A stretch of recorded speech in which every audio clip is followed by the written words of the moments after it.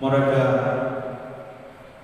పునరుద్ధాన దినాన్ని మన జీవితాల్లో అనుగ్రహించినటువంటి దేవాది దేవునికి కృతజ్ఞతాస్తుతులు మనందరి పక్షంగా చెల్లిస్తూ ఈశ్వరు తర్వాత రెండవ ఆదివారం ఈ ఆరాధనలో మీ గృహాల చెంత నుండి పాలిభాగస్తులైనటువంటి సంఘ బిడ్డలందరికీ అలాగే ప్రాంతాల్లో ఉండి ఈ ఆరాధనలో ఈ సామాజిక మాధ్యమాల ద్వారా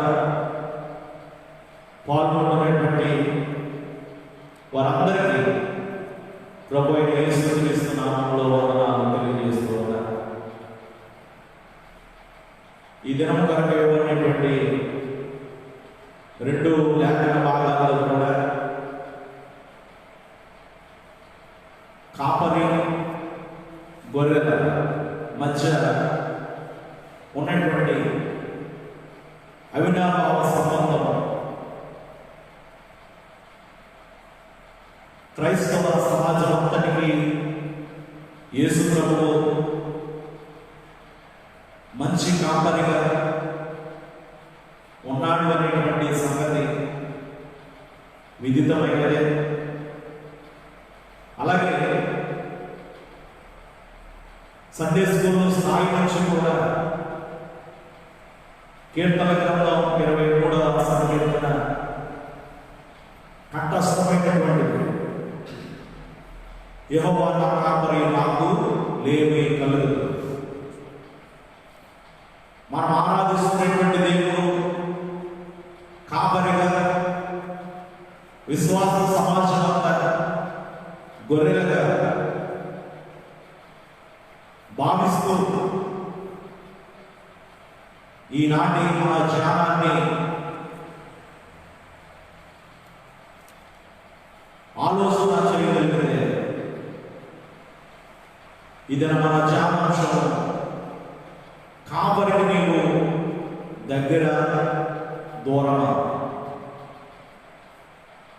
యేసు ప్రభువు గొర్రెల కాపరిగా, అదే సమయంలో ఆత్మల కాపరిగా ఉన్నాడు. మనమందరం ఆయన కాపరత్వంలో కాపరి చెంత ఉన్నామా లేదా కాపరికి దూరం అవుతూ ఉన్నాం? ఎందుకు ఈ అంశాన్ని మనం ధ్యానించవలసిన వారమై ఉన్నామంటే, మనమందరం కూడా గొర్రెల వలె త్రోవ తప్పిన వారమని యెషయా గ్రంథం 53వ అధ్యాయం 6వ వచనంలో, అలాగే ఈనాటి మన ధ్యానాంశంలో అయినటువంటి మొదటి పేతురు పత్రిక 2వ అధ్యాయం 25వ వచనంలోనూ మీరు కాపరికి దూరమైనారు.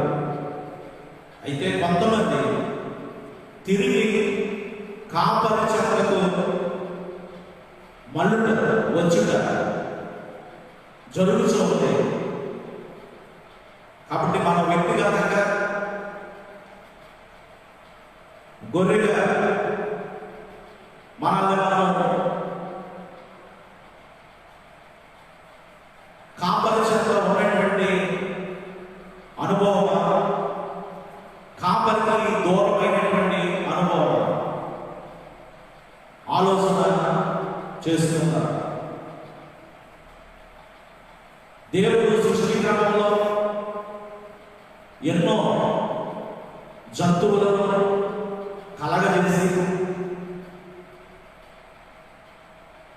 చాలా సందర్భాల్లో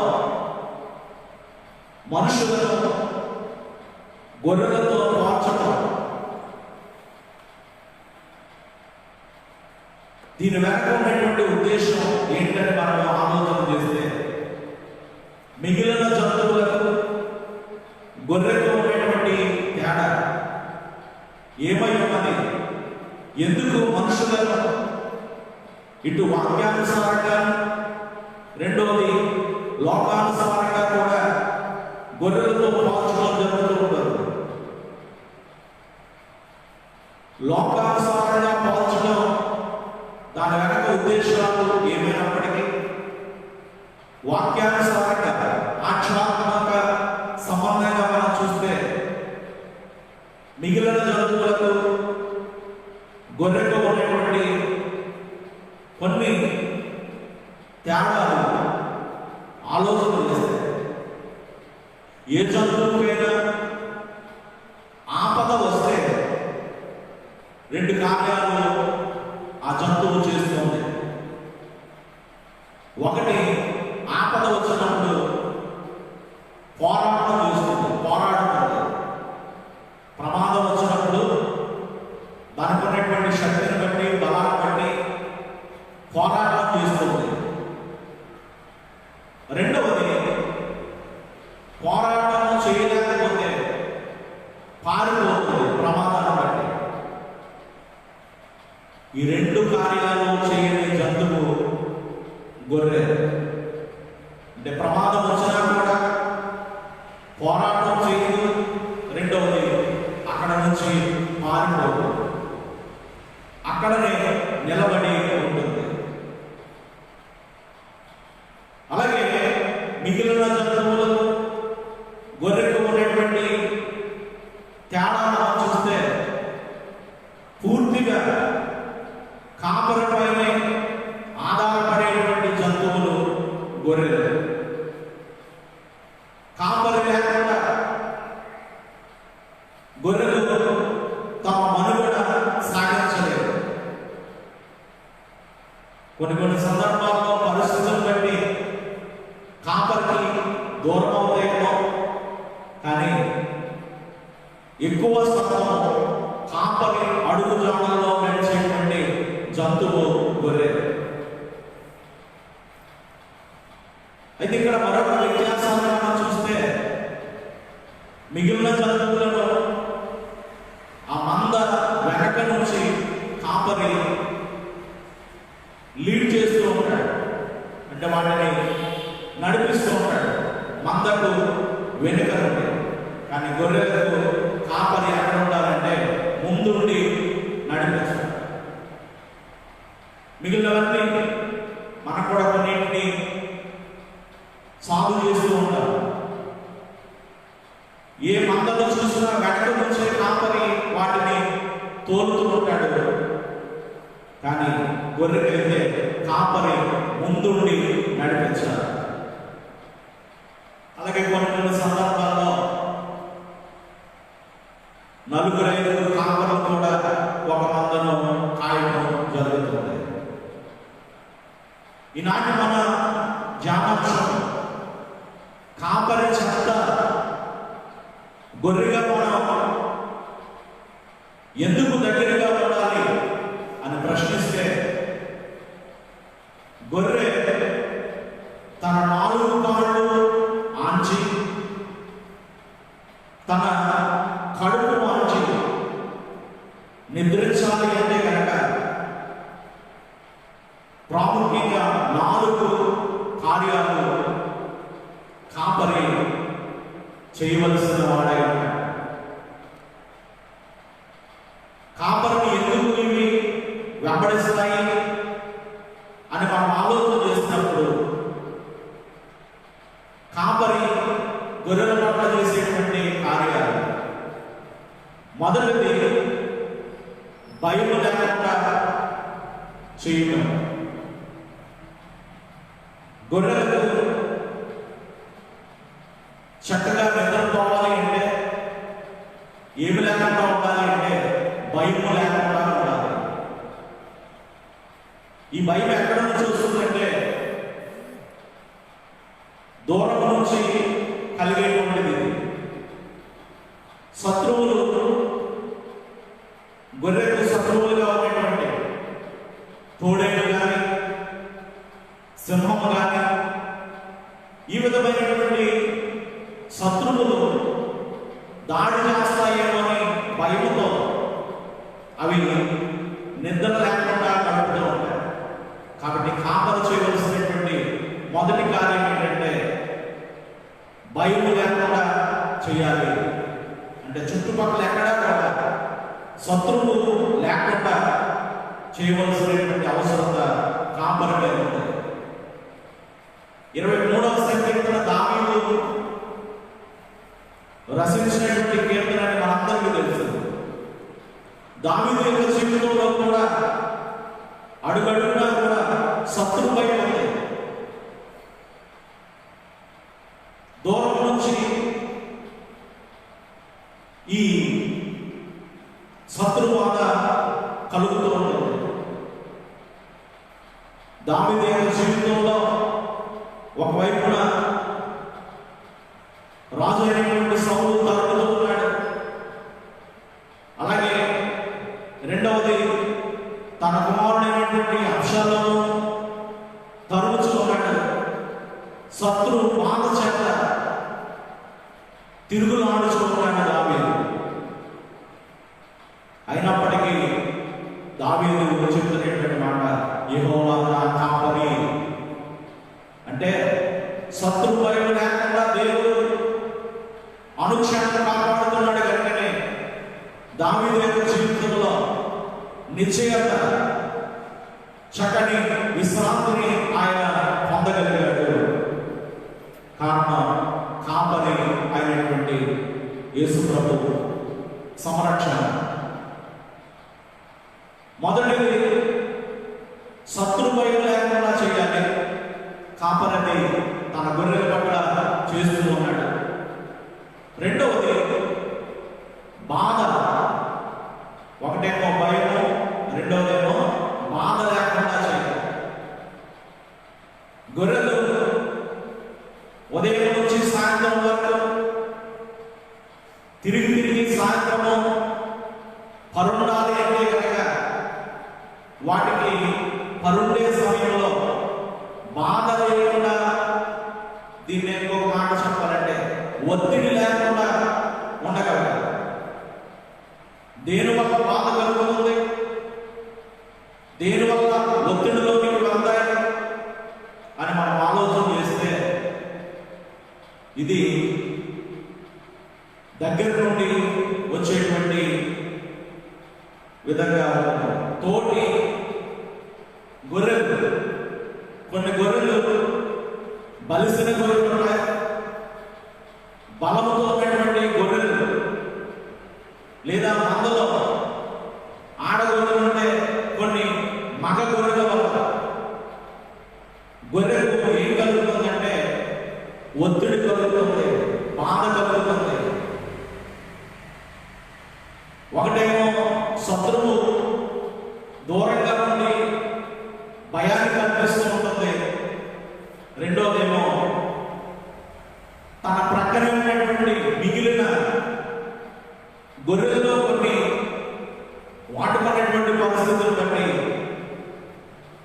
మిగిలిన గొర్రెలకు బాధను కలగజేస్తూ ఉంటాయి. దావీదు జీవితంలో ఇలాంటి సంఘటన కూడా సంభవించినట్టుగా మనం చూస్తుంటాం. తన కుటుంబంలో నుంచే ఎన్నో ఇబ్బందులను ఎదుర్కొన్నాడు దగ్గర నుంచి. ఉదాహరణకు దావీదు దేవుడు మనసాన్ని తీసుకొస్తున్నటువంటి వేళ ఎంతో సంతోషంతో పరవశించి దేవుడి సన్నిధిలో నాట్యమాడుతుంటే ఆ సంఘటన చూసినటువంటి మీకాలు దావీదును, నీవు ఇంత హీనుడిగా దిగజారిపోయావు అనేటువంటి మాటలు మాట్లాడుతున్నాడు. అంటే ప్రక్కనే నుండి కొన్ని ఇబ్బందులు, ఒత్తిడులు కలగత్తు అనేటువంటి వేళ అవి పరుండలేవు. ఒకటేమో శత్రు భయం దూరం నుంచి వస్తుంది, రెండోదేమో ఒత్తిడి లేదా బాధ ప్రక్క నుంచి కూడా వస్తుంది. ఇలాంటి సమయాల్లో అవి ఆదమరచి నిద్రించలేదు. ఇక మూడవది భారం లేకుండా చేయాలి. ఈ భారం అనేది ఎక్కడి నుంచి వస్తుందంటే వాటి మీదే. ఎందుకంటే ఇజ్రాయెల్ దేశంలో గొర్రెలు మనం చూస్తే కనుక గొర్రె పుట్టిన దగ్గర నుంచి 7 నెలల కాలంలో సుమారు 7వ నెల వచ్చేటప్పటికి గొర్రె బరువు కన్నా దాని బొచ్చు, దాని మీద ఉన్నటువంటి భారము పెరిగిపోతుంది. భారము పెరిగిన తర్వాత గొర్రె బొచ్చు కత్తిరించడం అనే పరిశుద్ధ గ్రంథంలో చాలా సందర్భాల్లో మనం వింటూ ఉంటాం. ఎందుకు ఆ గొర్రెకు బొచ్చు కత్తిరించేటువంటి సమయంలో కత్తిరించాలి, లేట్ చేయకూడదా, ఆలస్యం చేయకూడదా అంటే చేయకూడదు. ఎందుకంటే తన శారీరక బరువు కన్నా తన మీద ఉన్నటువంటి భారం, ఈ బొచ్చు భారం ఎక్కువ అవుతే ఆ గొర్రెల మీద పరిశోధన చేసిన వాళ్ళు చెప్పినటువంటి మాటలు 11 నిమిషాలకి గొర్రె చనిపోతుంది. తన శారీరక బరువు కన్నా ఎక్కువ బరువు పెరిగినప్పుడు ఆ భారాన్ని తన మీద నుంచి తీసేయకపోతే గొర్రె 11 నిమిషాలకి దానికదే మరణిస్తుంటాడు.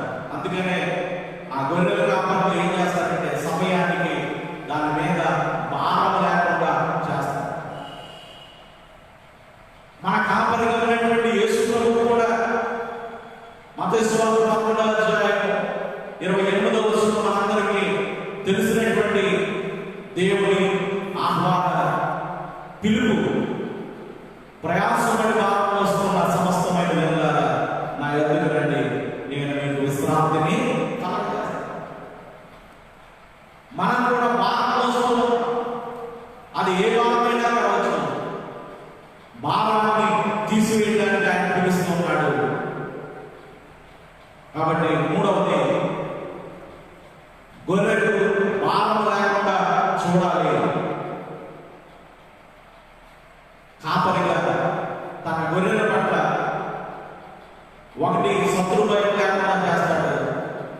రెండవది, ప్రక్కనే ఉన్నటువంటి వాడి ద్వారా వచ్చేటువంటి బాధ నుంచి, ఒత్తిడి నుంచి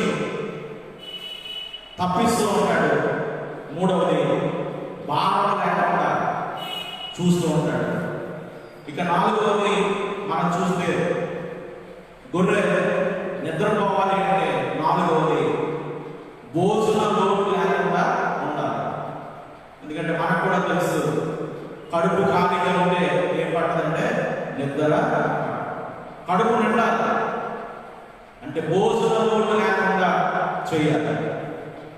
ఇది తన లోపలే కలిగేటువంటి పరిస్థితి. ఒకటేమో శత్రువేమో దూరం నుంచి వస్తుంది, బాధేమో ప్రక్క నుంచి వస్తుంది, భారమేమో దాని మీదే ఉంటుంది. ఈ నాలుగోదేమో దాని లోపలే ఉండేటువంటి సమస్య, ఆకలి, బాధ.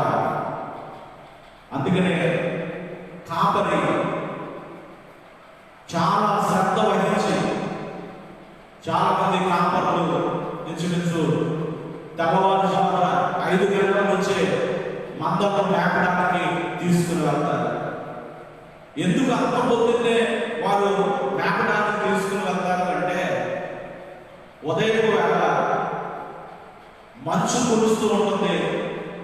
ఈ క్రింద ఉన్నటువంటి పచ్చిక మీద మంచు నిలిచి ఉంటుంది కొంత సమయం వరకు.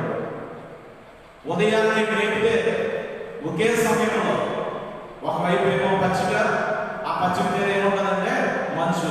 అంటే ఆహారం, నీళ్లు కూడా ఒకేసారి ఆ గొర్రెకు దొరుకుతుందని అభిప్రాయం కాపర్లు కలిగి ఉంటారు. ఇక్కడ చాలా శ్రద్ధ వహించాలి గొర్రె యొక్క కడుపు నింపడానికి. ఎందుకంటే ఆహార విషయంలో కొంచెం అటు ఇటు ఉన్న, దప్పిక విషయంలో చాలా శ్రద్ధ వహిస్తాడు.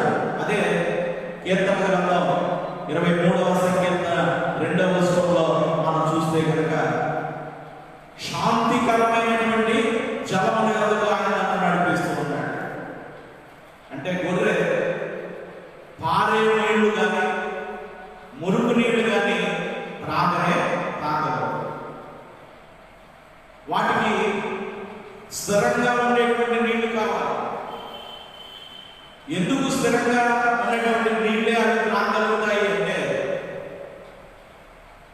గొర్రె యొక్క ముక్కులోని నీళ్లు వెళ్తే గొర్రె వెంటనే చనిపోతాడు.